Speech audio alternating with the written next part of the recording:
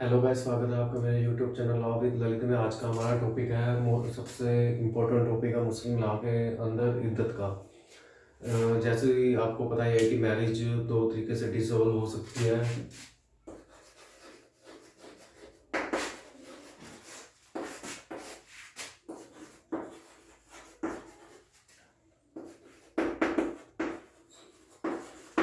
तो जैसे आपको पता है कि मैरिज है जो दो तरीकों से डिसॉल्व हो सकती है। कि जैसे मैरिज दो तरीकों से टूट सकती है, एक तो चाहे हस्बैंड या वाइफ की डेथ हो गई हो, दूसरा वो जो होता है डिवोर्स। तो इद्दत क्या होता है जनरली, अगर कोई भी अगर मुस्लिम लॉ के अकॉर्डिंग अगर कोई हस्बैंड वाइफ को डिवोर्स दे देता है या डेथ के हस्बैंड की डेथ हो जाती है, तो जो मुस्लिम वाइफ होती है उसको ना उसको कुछ टाइम पीरियड के लिए इद्दत ऑब्जर्व करना पड़ता है। मतलब कि वो कुछ टाइम पीरियड उसको ऐसा निकालना पड़ता है कि जिसके अकॉर्डिंग में दूसरी शादी नहीं कर सकती। तो हम कह सकते हैं कि इद्दत जनरली एक टाइम पीरियड होता है, वो टाइम पीरियड होता है जो जिसमें वाइफ को दूसरी शादी करने से मना किया जाता है। तो जो वो टाइम पीरियड होता है उसको इद्दत कहा जाता है। तो इद्दत is generally a time period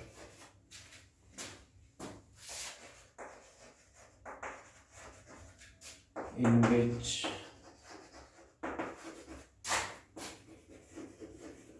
Muslim woman is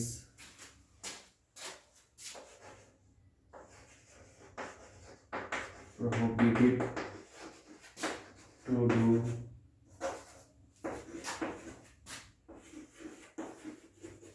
second marriage। तो हम कह सकते हैं जनरली जो इद्दत क्या होता है। सो इद्दत is generally a time period in which Muslim women is prohibited to second marriage. यानी कि एक टाइम पीरियड होता है जिसमें जो एक मुस्लिम वुमन होता है उसको सेकंड मैरिज करने से प्रोहिबिट किया जाता है। तो मेन इसके ऑब्जेक्टिव क्या होते हैं एक मुस्लिम वुमेन को प्रोहिबिट करने के सेकंड मैरिज से? सबसे पहला है कि the paternity of the child. यानी कि इसका मेन ऑब्जेक्टिव क्या होता है कि जो बच्चा पैदा हुआ है तो उसकी पेटर्निटी कौन है, उसका फादर कौन है। यानी कि मान लो कि एक हस्बैंड है जिसकी अभी अभी डेथ हुई है, उसके 15-20 दिन बाद अगर वाइफ ने दूसरी शादी कर ली है, तो जो दूसरी शादी करने के बाद जो बच्चा पैदा हुआ वो उसका जो पिता होगा वो कौन होगा। तो अगर मान लो कि नई नई शादी हुई है, जस्ट उसके 2 3 4 या 5 महीने बाद बच्चा पैदा हो जाता है, तो एक डिस्प्यूट हस्बैंड जो न्यूली हस्बैंड वाइफ एक डिस्प्यूट राइज हो सकता है कि इसका फादर कौन है। तो उस डिस्प्यूट को रोकने के लिए भी और उसको उस कंफ्यूजन को दूर करने के लिए बच्चा किसका होगा, तो उसके लिए भी एक इद्दत का टाइम पीरियड ऑब्जर्व करवाया जाता है वुमन के द्वारा। और सेकंड है revocable divorce gives the husband to the turn to his wife. यानी कि अगर एक हस्बैंड ने वाइफ को डिवोर्स दे दिया, यानी कि वो रिवोकेबल है, यानी कि वो वापस हो सकता है डिवोर्स। तो उस पीरियड में तो उसके लिए भी जो हस्बैंड जो वाइफ है उसको कुछ टाइम पीरियड के लिए अपना इद्दत ऑब्जर्व करना पड़ता है कि एक अपॉर्चुनिटी देता है हस्बैंड को, ताकि उसकी वाइफ उसके बाद उसके पास वापस आ सके। और थर्ड है mourn to the death of the her husband. यानी कि इद्दत इसलिए भी ऑब्जर्व करवाया जाता है वाइफ के द्वारा कि एज ए मॉर्न, यानी कि एज ए अपना शोक व्यक्त करना हस्बैंड की तरफ उसकी डेथ होने पर। तो इसके बाद हम बात करेंगे इद्दत की जो टाइम पीरियड होता है। अगर बाय डेथ अगर हस्बैंड की डेथ हो जाती है तो कितने दिनों के लिए इद्दत ऑब्जर्व करना पड़ता है। अगर हस्बैंड डिवोर्स दे देता है वाइफ को तब कितने दिनों के लिए इद्दत ऑब्जर्व करना पड़ता है। जैसे आपको पता है कि मैरिज दो तरीकों से डिसॉल्व हो सकती है। फर्स्ट है डेथ और सेकंड है डिवोर्स। तो मैरिज दो तरीकों से डिसॉल्व हो सकती है, फर्स्ट है डेथ एंड सेकंड है डिवोर्स। तो अकॉर्डिंग टू मुस्लिम लॉ अगर किसी की मैरिज डिवोर्स होती है, डेथ और डिवोर्स, तो दोनों पीरियड में अलग अलग उनके रूल्स हैं कि कितने टाइम पीरियड के लिए उनको इद्दत का ऑब्जर्व करना पड़ता है। तो बाय चांस अगर मान लो कि किसी की डेथ किसी का जो डिवोर्स मैरिज का जो डिसोल्यूशन है, यानी कि जो मैरिज टूटी है वो डेथ से हुई है। अगर किसी की डेथ से मैरिज टूटी है, तो जो उसकी वाइफ है उसको 4 मंथ 10 डेज का इद्दत ऑब्जर्व करना पड़ता है, यानी कि जब तक वो मुस्लिम जो वुमेन है तब तक शादी नहीं कर सकती जब तक वो 4 महीने 10 डेज का इद्दत ऑब्जर्व नहीं कर लेती। यानी कि इन 4 महीने 10 दिन वो किसी दूसरे के साथ शादी नहीं कर सकती। अगर इन 4 महीने 10 दिन से पहले ही अगर उसने किसी दूसरे पर्सन के साथ शादी किया तो वो जो मैरिज है वो और अकॉर्डिंग टू शियाला वो वॉइड है, यानी कि वो एक कानूनी रूप से वैध ही नहीं है। अगर हम नेक्स्ट टॉपिक की बात करें, अगर at a time of death के टाइम पे जो है वो प्रेग्नेंट है, मान लो कि जब उसके हस्बैंड की डेथ हुई है, जो वुमेन है वो प्रेग्नेंट है, तो उसे कितने टाइम के लिए इद्दत ऑब्जर्व करना पड़ता है। जैसे आपको पता है कि डेथ के टाइम में अगर 4 महीने 10 दिन का तो मिनिमम उसको ऑब्जर्व करना ही पड़ेगा। अगर अब मान लें कि किसी के हस्बैंड की डेथ हो गई है, वो प्रेग्नेंट है, तो वो तब तक उसे इद्दत ऑब्जर्व करना पड़ेगा जब तक उसके बच्चा पैदा नहीं हो जाता। मतलब इन दोनों में से जो भी हाई होगा, 4 मंथ और 10 दिन, या बच्चा जो पैदा होता है, तो दोनों टाइम पीरियड में जो भी ज़्यादा होगा वो माना जाएगा इद्दत। लेकिन मिनिमम 4 महीने 10 डेज तो होना ही चाहिए। फॉर एग्जांपल, अगर एक वाइफ है, उसके हस्बैंड की डेथ हुई है 1 जनवरी 2019 को, ठीक है, तो वो क्या कर लेती है कि शादी करती है 1 जून को 2019 को, ठीक है, 1 जून 2019 को वो शादी कर लेती है।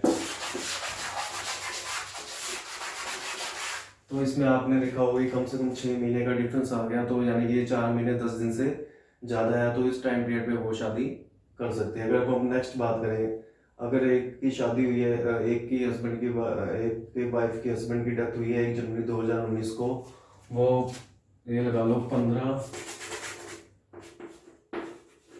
जनवरी को अगर वो शादी कर लेती है दूसरी, तो वो शादी अकॉर्डिंग टू सुन्नी लॉ मानी जाएगी इरेगुलर, और अकॉर्डिंग टू शिया लॉ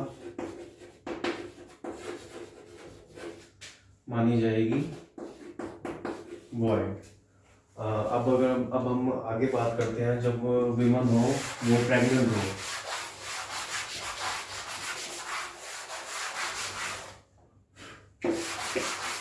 अब हमने बात करते हैं कि अगर वुमेन प्रेग्नेंट, अगर 1 जनवरी 2019 को वुमेन प्रेग्नेंट थी, अगर वो शादी कर लेती है, मान लो कि 1 जून 2019 को, ठीक है, यहाँ पे तो आपने देखा होगा पूरा टाइम इद्दत का जो 4 महीने 10 दिन का पूरा हो गया, लेकिन एट ए टाइम वो प्रेग्नेंट थी, ठीक है। तो मान लो कि उसका बच्चा पैदा हुआ कि 1 अगस्त 2019 को लगा लो, तो वो तब तक शादी नहीं कर सकती जब तक उसका बच्चा पैदा ना हो। चाहे अगर वो चाहे, देखोगे हम 4 महीने 10 दिन से ज़्यादा भी है मिनिमम, यानी कि 4 मंथ 10 डेज को उसको ऑब्जर्व करना ही करना है, ठीक है। लेकिन यहाँ पे देखा, जनवरी से अगस्त के बीच में कम से कम ये लगा लो 8 महीने हो गए, तो जो भी हाइयर होगा, ठीक है, तो समझ लो इनमें से जो भी हाइयर है, यानी कि यहाँ पे 8 महीने हाइयर हो गए, यानी कि जब तक बच्चा पैदा नहीं हो सकता तब तक वो शादी नहीं कर सकती, चाहे वो 4 महीने 10 दिन से ज़्यादा ही क्यों ना हो गए हो। अब अगर हम बात करें नेक्स्ट कंडीशन की, कि 1 जनवरी 2019 को जब उसके हस्बैंड की डेथ हुई, वो थी प्रेग्नेंट, और जो बच्चे की जो डिलीवरी होनी थी वो होगी 1 फेब को, 1 फेब 2019 को। तो यहाँ पे देखा कि सिर्फ यहाँ पे अभी तक सिर्फ 1 महीने का ही तो ऑब्जर्व की गई है। तो इसका ऐसा नहीं है कि बच्चा अगर 1 फरवरी 2019 को बच्चा पैदा हो गया तो साथ के साथ ये नेक्स्ट मंडे में 2 डे में या 15 20 वो शादी कर सकती है, नहीं, ऐसा कुछ कंडीशन नहीं है। तो मिनिमम कंडीशन क्या है, 4 मंथ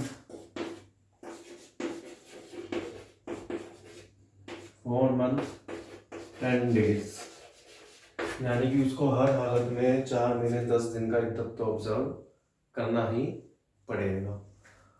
अब तो ये हुआ बाय डेथ। अब हम बात करते हैं डिवोर्स की। कि जो है हस्बैंड वाइफ की जो शादी जो डिसॉल्व हुई है या डिसोल्यूशन हुआ है शादी का, जो शादी टूटी है वो बाय डिवोर्स यानी कि तलाक के तौर पर हुआ है, तो उसके लिए कम से कम जो 3 कोर्सेज ऑफ मेंसुरेशन, यानी कि अगर तलाक हुआ है तो जो मेंसुरेशन पीरियड होते हैं 3 पीरियड, 3 कोर्सेज ऑफ मेंसुरेशन, यानी कि जब तक उसको 3 बार पीरियड से मेंसुरेशन ना आ गया तब तक वो दूसरी शादी नहीं कर सकता। अगर वो मेंसुरेशन की कंडीशन नहीं है तो उसके अलावा अगर मेंसुरेशन के अलावा अगर मेंसुरेशन नहीं आते तो कम से कम उसको 3 मंथ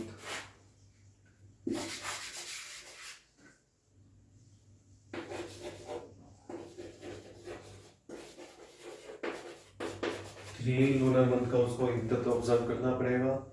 अगर चलो एट ए टाइम अगर वो प्रेग्नेंट है, चलो जिस वक्त डिवोर्स दिया हस्बैंड ने वाइफ को तो उस टाइम वो प्रेग्नेंट है,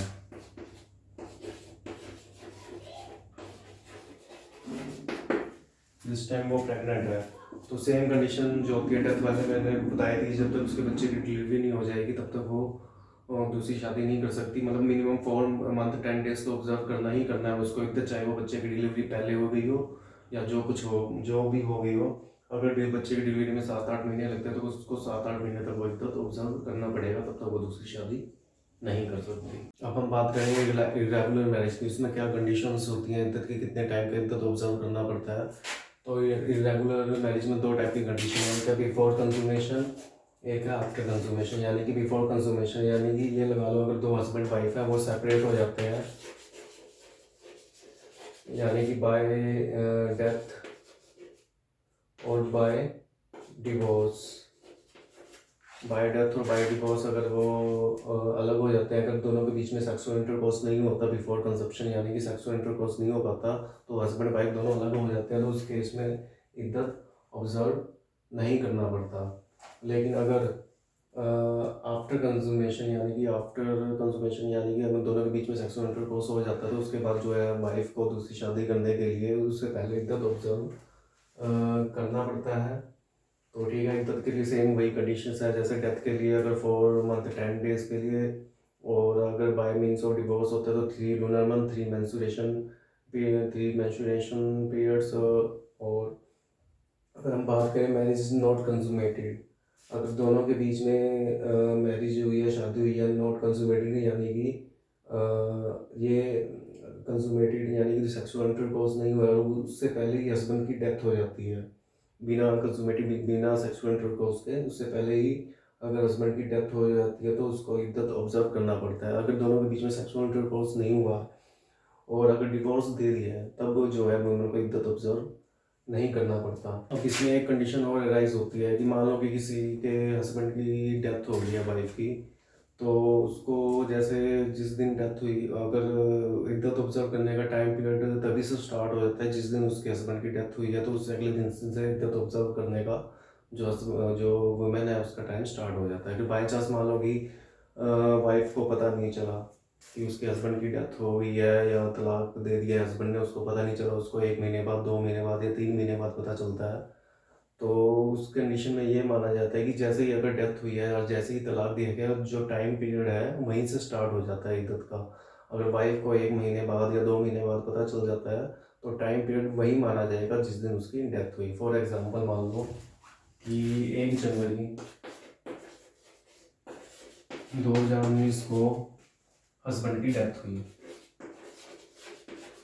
तो इद्दत का जो पीरियड है वो कब से ऑब्जर्व किया जाएगा, 2 जनवरी 2019 से। लेकिन जो वाइफ है उसको पता चला डेथ का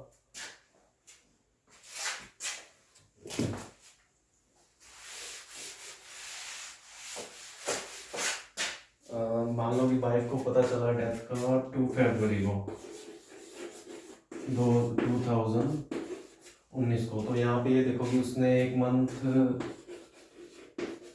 निकाल दिया कि एक पूरा उसे 1 महीना पता नहीं चला कि जो उसके हस्बैंड की डेथ हो गई है। मान लो कि उसको पता चल रहा है 2 फरवरी 2019 को तो जो इद्दत का पीरियड कंसिडर किया जाएगा वो 2 जनवरी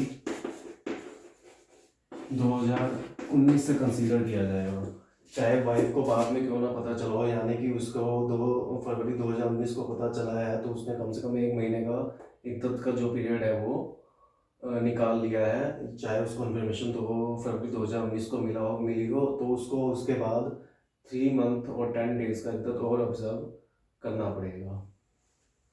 अब एक और कंडीशन की बात करते हैं। मान लो कि एक जो हस्बैंड है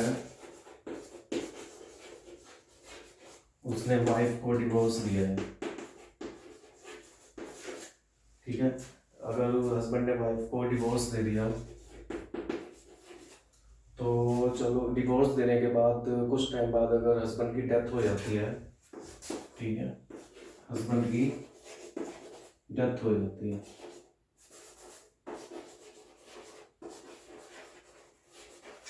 ठीक है, हस्बैंड ने वाइफ को डिवोर्स दिया, डिवोर्स देने के कुछ ये लगा लो 10 दिन बाद, 15 दिन बाद या महीने बाद अगर हस्बैंड की डेथ हो जाती है तो इस केस में भी जो वाइफ है उसको उसके डेथ के बाद एक फ्रेश इद्दत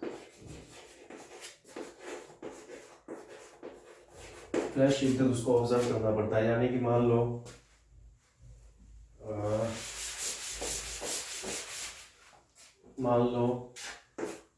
1 जनवरी 2019 को जो है हस्बैंड ने डिवोर्स दिया वाइफ को, ठीक है, और क्या हुआ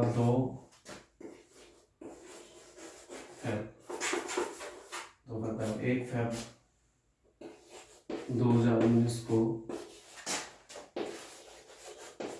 डेथ हो गई, ठीक है। यहाँ तक तो देखा जाए तो 1 मंथ का इद्दत ऑब्जर्व कर लिया, 1 मंथ का इद्दत ऑब्जर्व कर लिया ह्यूमन ने, लेकिन 1 फेब 2019 को डेथ होगी 1 मंथ का इद्दत ऑब्जर्व करने के बाद। तो अगर 1 फेब 2019 को अगर डेथ हुई है तो उसके बाद जो है वाइफ को 2 फेब से 2019 से 4 मंथ 10 डेज का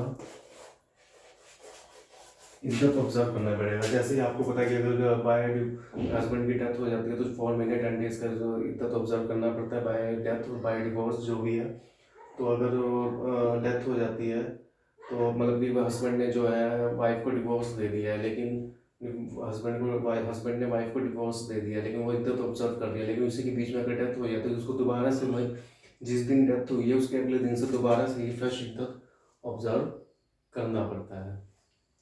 अब हमने पढ़ा था कि इद्दत कितने टाइम पीरियड कितना होता है डिफरेंट डिफरेंट कंडीशंस में। अब इसके बात करेंगे राइट एंड ड्यूटी ड्यूरिंग इद्दत पीरियड। अभी तक हमने बात करी कि इद्दत क्या होता है, इद्दत में के ऑब्जेक्टिव क्या होते हैं, इद्दत में जो डिफरेंट डिफरेंट कंडीशंस में कितने कितने टाइम पे इद्दत ऑब्जर्व करना पड़ता है। अब हम बात करेंगे राइट एंड ड्यूटी।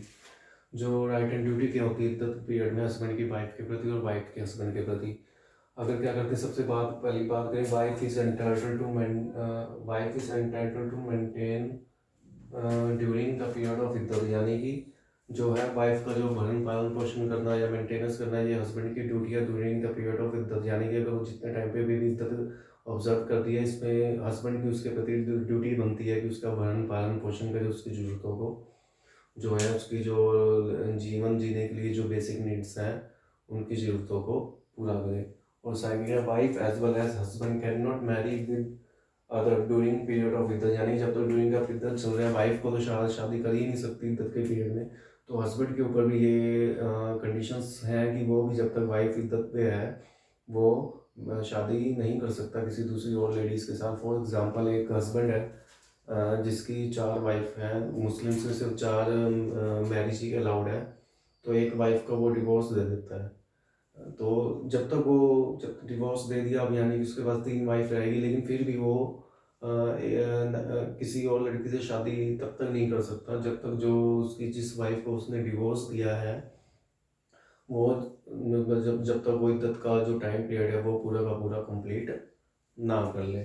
और अगर हम बात करें डावर की, तो जैसे ही अगर वो डिवोर्स देता है कोई भी हस्बैंड वाइफ को, तो वाइफ जो है एंटाइटल हो जाती है डेफर्ड डावर के लिए। अगर एट ए टाइम मतलब जब उसकी शादी हुई है तो एट ए टाइम जो है प्रॉम्प्ट डावर फिक्स की जाती है। अगर प्रॉम्प्ट डावर फिक्स नहीं की गई थी, मतलब जो प्रॉम्प्ट डावर है जो फिक्स की गई थी वो नहीं दी गई उस टाइम, तो हस्बैंड की यह ड्यूटी बनती है कि उसको इमीडिएटली वो डावर पे की जाए। तो वाइफ एंटाइटल्ड हो जाती है डेफर्ड डावर की as well as prompt Dawar के लिए।